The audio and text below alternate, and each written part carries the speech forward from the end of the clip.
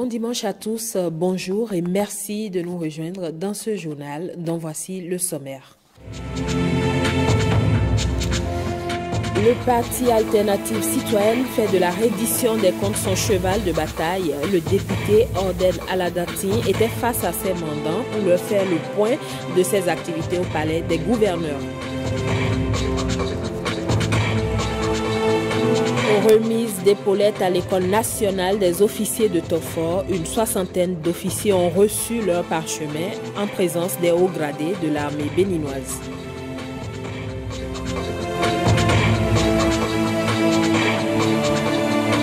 Et puis, visite des chantiers d'infrastructures routières dans l'Atakora Tonga. Le ministre Alassane Seydou constate l'évolution des travaux sur fond de satisfaction.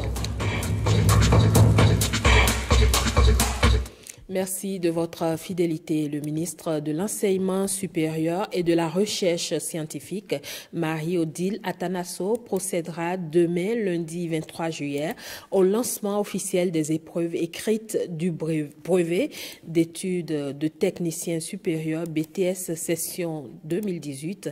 En prélude au lancement de cette dernière édition, le ministre s'est adressé aux candidats, un message de motivation, mais aussi de mise au point. Suivons plutôt. Une semaine après le lancement du baccalauréat qui y conduisait, je peux enfin tenir la promesse de lancer la toute dernière édition du BTS.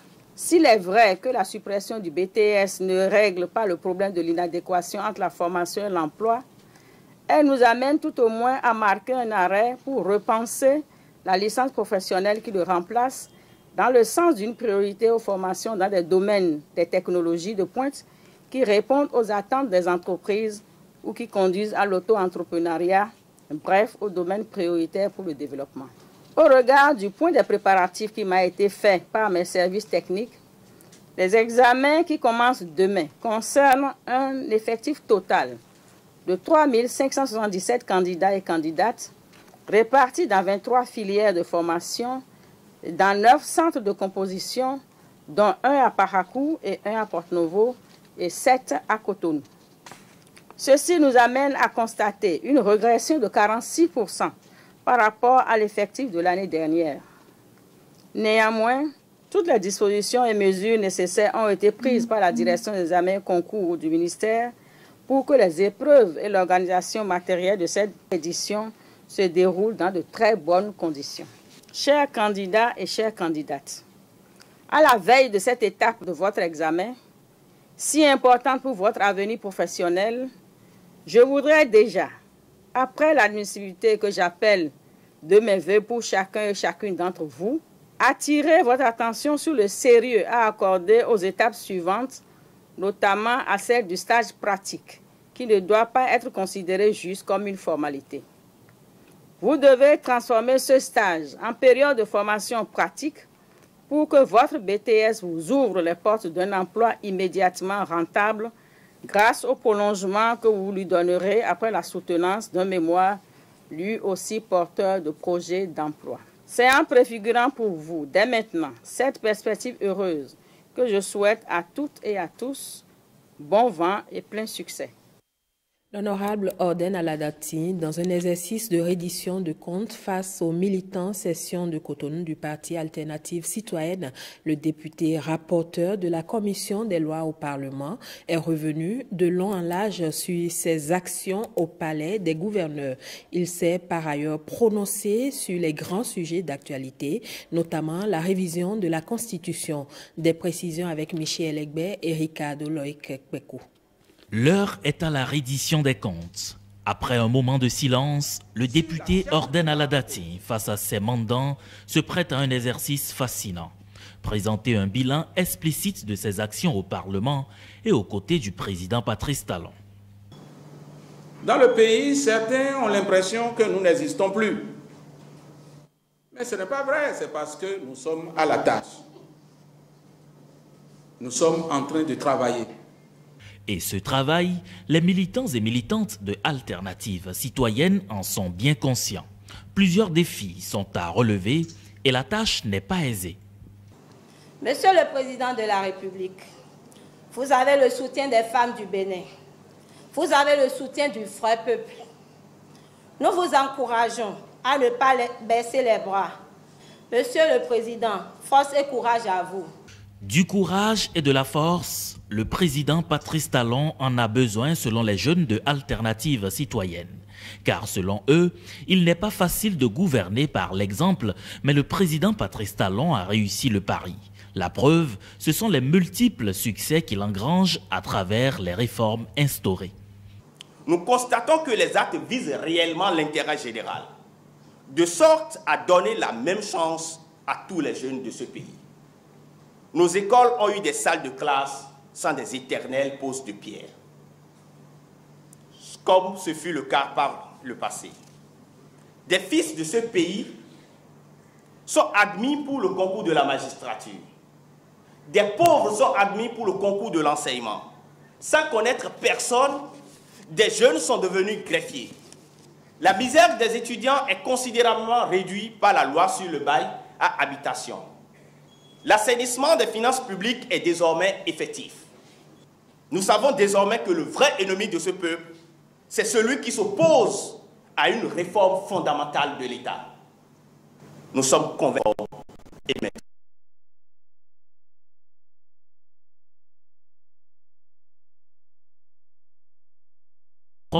il faut en expliquer les tenants et aboutissants. L'article 26 ne parle pas que des femmes. L'article 26 parle de toutes les discriminations liées au sexe, liées à la religion, liées à l'ethnie, et j'en passe. Si vous touchez à l'article 26, ce sera la porte ouverte à tout. C'est pour ça que le législateur responsable a dit cet article qui règle la question de la discrimination globale. Ce ne serait pas prudent d'aller toucher. Il faut aller chercher les aménagements dans la Constitution qui permettent d'élever la représentativité des femmes. Et nous avons trouvé qu'il faut le faire à travers les articles 80 de la Constitution. C'est ça la question du regroupement des élections. Pour permettre que toutes les élections se fassent au cours d'une même année. Ça va nous faire de l'économie. De deux, ça va permettre aux citoyens de travailler, ne pas être dans les élections tout le temps. Devant les cadres du parti Alternative Citoyenne et bien d'hommes politiques, le député Orden Aladati a saisi l'occasion de cette séance pour annoncer la constitution prochaine d'un bloc progressiste composé de plusieurs partis politiques soutenant les actions du président de la République. Ce bloc dit progressiste, au cœur duquel nous sommes, va faire sa première sortie officielle. Les partis engagés aujourd'hui, c'est 11 partis qui sont engagés dans ce bloc-là. Il y a d'autres qui ont déposé des demandes d'adhésion qui sont à l'étude. Vous voyez à Cotonou le bloc que j'indique là. Qui peut nous arrêter ici? Les militants et militantes du parti Alternative Citoyenne n'entendent pas rester hors de cette lutte. Ils donnent rendez-vous au peuple béninois pour les prochaines joutes électorales. Le ministre des Infrastructures et des Transports, Alassane Seydou, est en tournée de supervision sur les chantiers d'infrastructures routières ouverts dans les départements de la Takora et de la Donga. Sur le chantier de l'axe Natitengu-Bukumbe-Korontière, Alassane Seydou constate que le chantier avance rapidement. L'entreprise est même en avance sur le délai d'exécution. Ghislain Boguet et Simon Villon pour le reportage. Une première séance à la direction départementale des infrastructures et des transports à Takora-Donga, des civilités d'usage et un chapelet de doléances. L'insuffisance du personnel, le manque criard des matériels informatiques et bureaux, non-paiement à temps des pensions de retraite, des agents d'appui de la direction départementale des infrastructures et des transports à Takora-Donga émargeant à la Caisse nationale de sécurité sociale.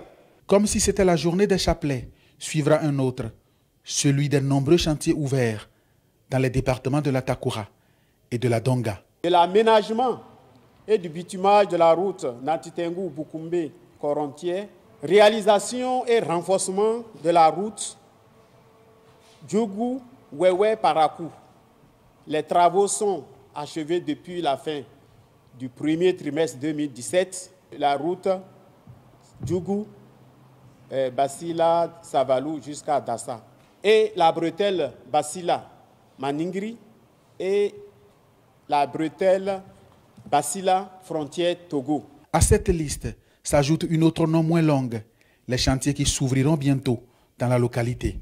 La construction de la route Djougou, Wassa, Kérou, Banikwara. Il y a la route Kota, Kouandé, Peunko. L'axe Djougou, Afon, Ndali. L'axe Natitengou-Boukombe-Corontière, 60 km à aménager et à bitumer. C'est l'entreprise Sogea Satom qui est à l'œuvre ici. La fin des travaux est prévue pour février 2020. Les travaux actuellement sont à un taux de consommation de délai de 37% contre un avancement de 42%. Nous sommes avancés sur le calendrier. Nous sommes, comme vous le constatez, de 5% en avance. Et les travaux devraient prendre fin au moment début février 2020. Et nous tenons à respecter ce délai. Le matériau de fondation qui a été choisi est un matériau très spécifique. C'est la première fois que nous l'expérimentons au Bénin. Compte tenu de la région dans laquelle nous sommes et la disponibilité de ce matériau, c'est ce qui a été projeté. Nous avions fait toutes les analyses qu'il faut pour assurer la qualité du matériau que c'est. Comme c'est une première, ça a suscité beaucoup d'interrogations, beaucoup de questions. Nous sommes aussi penchés beaucoup sur l'expérience de l'entreprise qui a eu à réaliser des ouvrages pareils dans d'autres pays.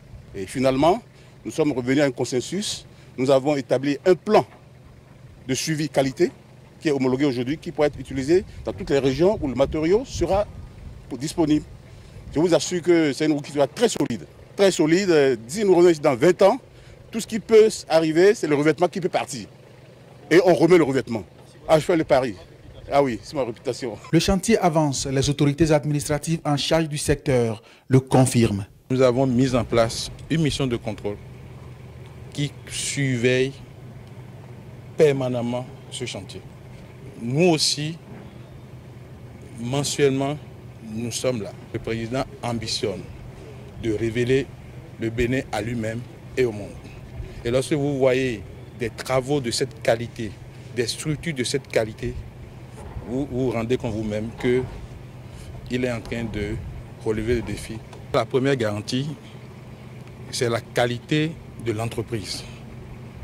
Parce que lorsque vous prenez Sogea Satom en Afrique et dans le monde, vous savez que c'est une entreprise qui tient à son image. Donc, en dehors de tout contrôle, il y a d'abord cette qualité de l'entreprise. Nous avons parcouru tout le chantier, de Boukombe jusqu'à Corontière. C'est assez impressionnant et tous les ouvrages de franchissement presque ont été réalisés et de qualité quand même acceptable. Je crois que l'entreprise avance normalement. Les populations ont témoigné, le maire aussi a témoigné. Tout le monde ici est vraiment heureux de ce qui est en train de se faire. Avec tout ce qui est fait, on ne peut que dire merci au gouvernement. De Corontière, c'est pratiquement le grenier de la commune. Donc, des gens qui venaient, des bonnes dames qui venaient pour acheter des produits au niveau du marché, et difficilement ces dames-là arrivaient à rejoindre Boukoumé en période de crue. Et voire même, il est arrivé une fois qu'une bâchée soit emportée par l'eau. Même les hommes, et un de mes CA a failli perdre sa vie au niveau de ce pont qui a emporté son engin. C'est une zone touristique, une zone très chère aux touristes. Tous ceux qui arrivent, qui quittent l'Europe, qui viennent à Cotonou, veulent toujours faire un tour à Boukoumé pour voir ce qui se passe. Et je pense qu'avec cette route, pour rallier Boukoumé sera très facile. Et notre vœu le plus pieux dans notre plan de développement communal où nous avions marqué le tourisme comme axe de développement, ça va plus nous amener à réussir tout ce qui est prévu comme investissement. Nous demandons à l'entreprise de poursuivre sur la même lancée, de tout faire pour que les délais soient respectés et que la qualité que nous avons vue aujourd'hui soit maintenue. Parce que le chef de l'État est très accroché à ça. Maintenant, nous entrons dans la phase de la concrétisation. Je crois que maintenant, ce sont les faits qui vont parler. Nous avons fait Paouia, Banamé, Kové, Zayanado. Aujourd'hui, c'est Natitengou, Boukombe, Corontière. Demain, ce sera Djougou, Basila, Savalou, Dassa. Un autre chantier qui attend la visite du ministre et de sa suite. Nous l'annoncions en titre, 62 nouveaux chefs militaires ont été libérés par l'École nationale des officiers de Tofor. La cérémonie de remise d'épaulettes s'est déroulée en présence des hauts gradés de l'armée et du ministre délégué en charge de la Défense nationale. Le point de la cérémonie avec William Tchoki.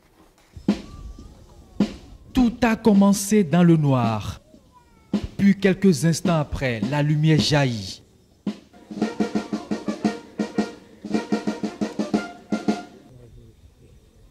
Et l'hymne national retentit.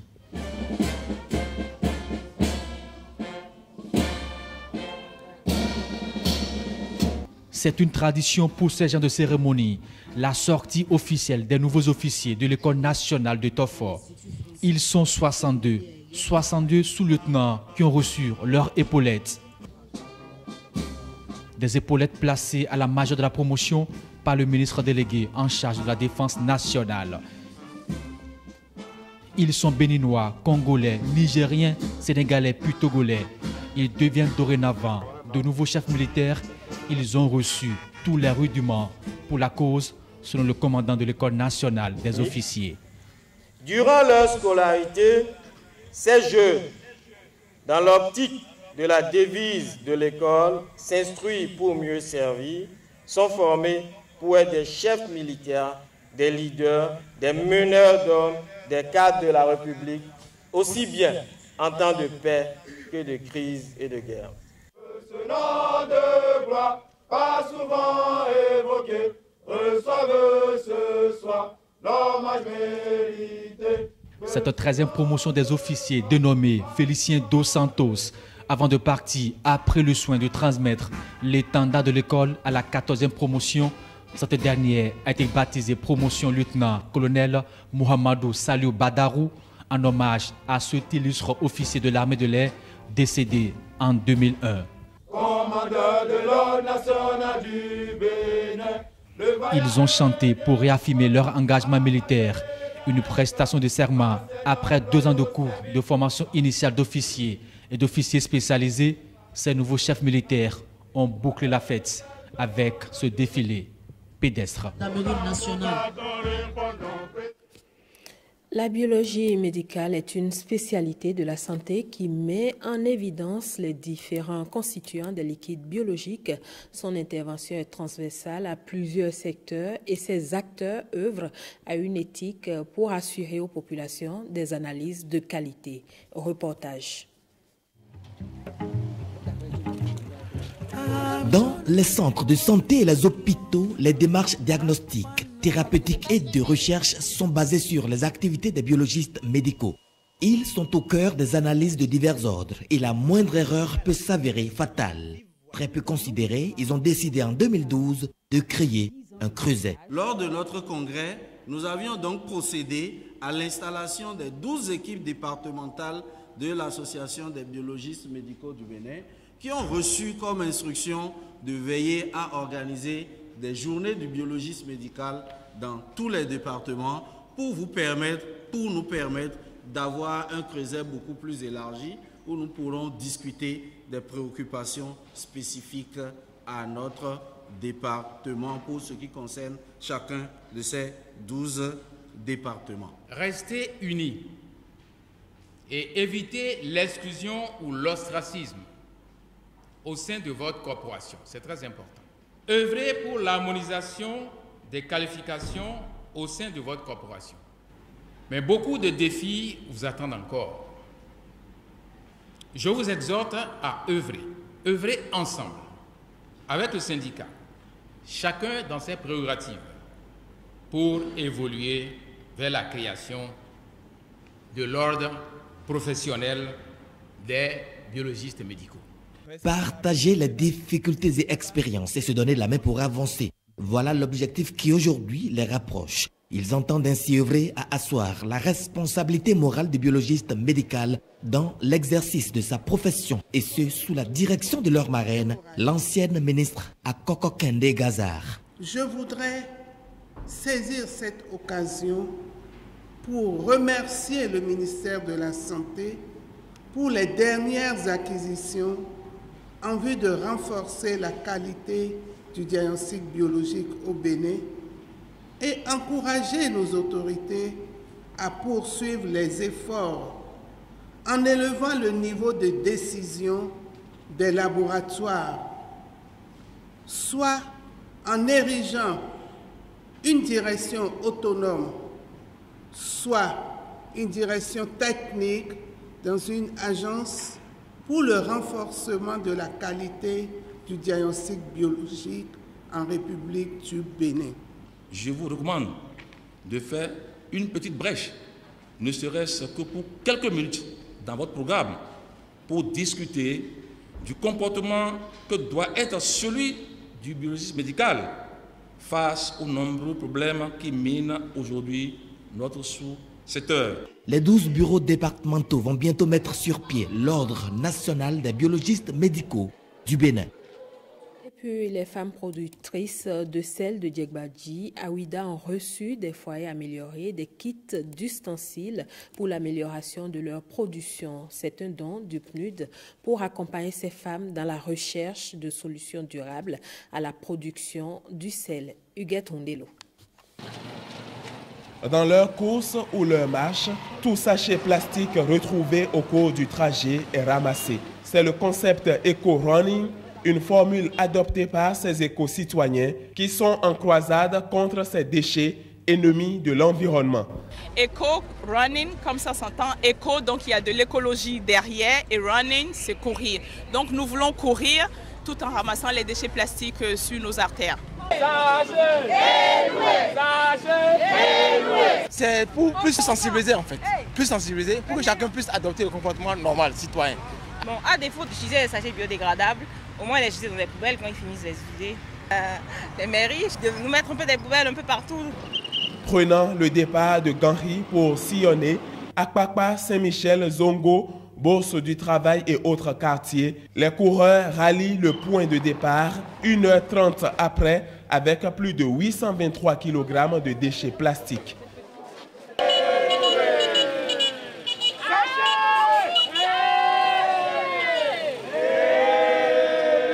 Je voudrais simplement que les Béninois comprennent le danger qu'est le sachet plastique. En 1h30, nous avons pu ramasser ceci. Regardez l'impact que cela a sur notre santé, sur notre environnement. Et donc, c'est notre responsabilité de nous réveiller. C'est bien de ramasser, mais c'est mieux si on ne salit pas nos villes. Et c'est pour ça que le message que nous voulons envoyer aux gens, c'est de se rendre compte que nous sommes responsables de la propreté de nos villes. L'objectif qu'après, nous allons les remettre à une ONG qui va leur donner une deuxième vie. Donc d'ici là, vous allez voir des seaux, des bassines avec ces sachets plastiques. Donc au moins, ça aurait servi à quelque chose. C'est la deuxième édition d'Eco-Running depuis le vote de la loi 2017-39 portant interdiction des sachets plastiques non biodégradables en République du Bénin. Seulement, la population espère toujours un substitut pas cher et qui existe en quantité et sur toute l'étendue du territoire national. Vous venez plutôt de suivre le compte rendu de la deuxième édition d'Eco-Running, une activité initiée dans le cadre de la lutte contre les sachets plastiques. Et puis, je le disais, les femmes productrices de sel de Diegbadji à Ouida ont reçu des foyers améliorés et des kits d'ustensiles pour l'amélioration de leur production. Suivez le reportage d'Huguette Ondelo. La remise de foyers améliorés à 4 socles et des kits d'ustensiles aux femmes productrices de sel de Diegbadji, Degouin et Meko dans la commune de Ouida marque le début de la phase préparatoire du projet d'appui à la production et à la commercialisation du sel, Procel Diegbadji. Une initiative du Programme des Nations Unies pour le développement qui permettra entre autres de renforcer la résilience des actrices locales dans les domaines de préservation et de gestion durable de la mangrove. En effet, cet outil contribuera sans doute à réduire la pression observée sur les ressources ligneuses et les conséquences sanitaires engendrées par l'utilisation du bois dans le processus traditionnel de production du sel. C'est en définitive une technologie alternative plus adaptée et plus efficace sur le plan de la protection environnementale et sanitaire qui facilitera l'utilisation de l'énergie propre dans cette activité caractéristique de la localité de Djegbadji. À la pratique, cette nouvelle technique de production se confirmera certainement comme une méthode alternative respectueuse de l'environnement. Et les leçons que nous serons amenés à tirer dans cette phase expérimentale nous permettront de l'améliorer et l'étendre à toutes les femmes productrices. Comme vous le savez, Djegbadji seul comporte environ 200 femmes qui interviennent dans ce domaine.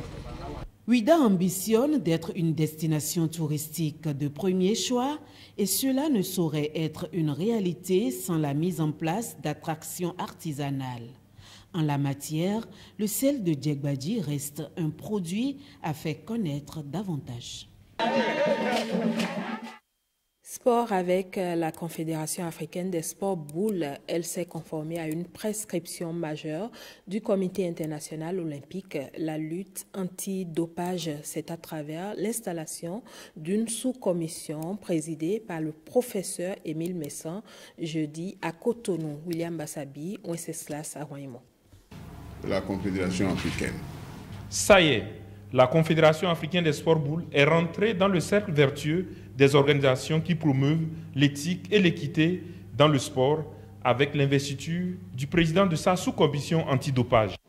C'est le Béninois, professeur Émile Messan, maître de conférence, agrégé en chirurgie générale, médecin et biologiste de sport, neurotraumatologue qui est l'élu.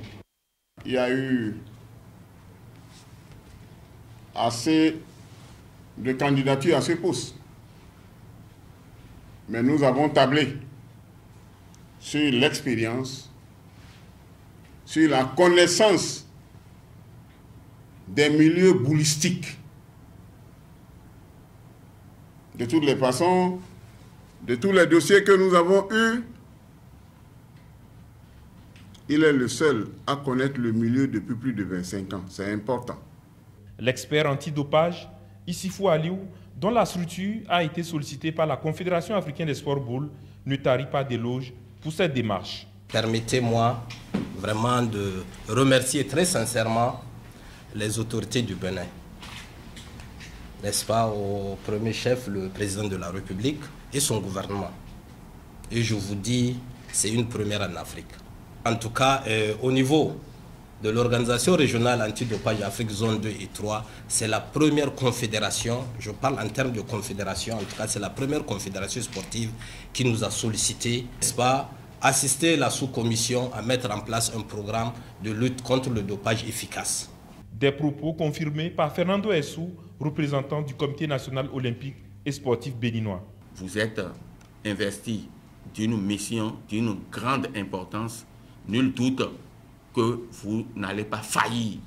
Vous êtes un spécialiste de la médecine, vous êtes également un spécialiste de la pétanque. Principal concerné, le professeur Émile Messan mesure la portée de la mission qui l'attend. Nous allons nous mettre à l'œuvre très tôt. Nous allons être l'appendice de l'organisation régionale antidopage. Nous allons élaborer notre plan de formation qui consistera même à élaborer des brochures pour rappeler à toutes les fédérations nationales africaines les stratégies pour ne pas tomber dans ce pétrin. Premier grand chantier pour la sous-commission antidopage et son président, les Masters. Ainsi se referme cette édition du journal. Merci à vous tous de l'avoir suivi. Merci de votre fidélité.